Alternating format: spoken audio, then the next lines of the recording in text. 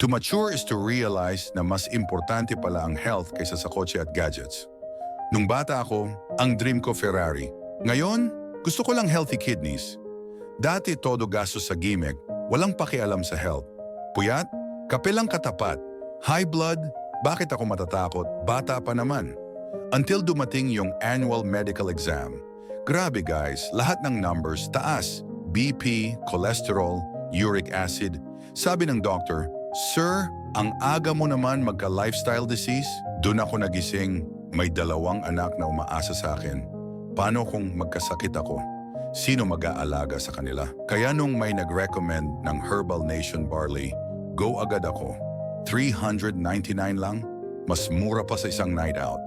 Ngayon, eto, morning routine ko. Instead of kape, barley juice muna.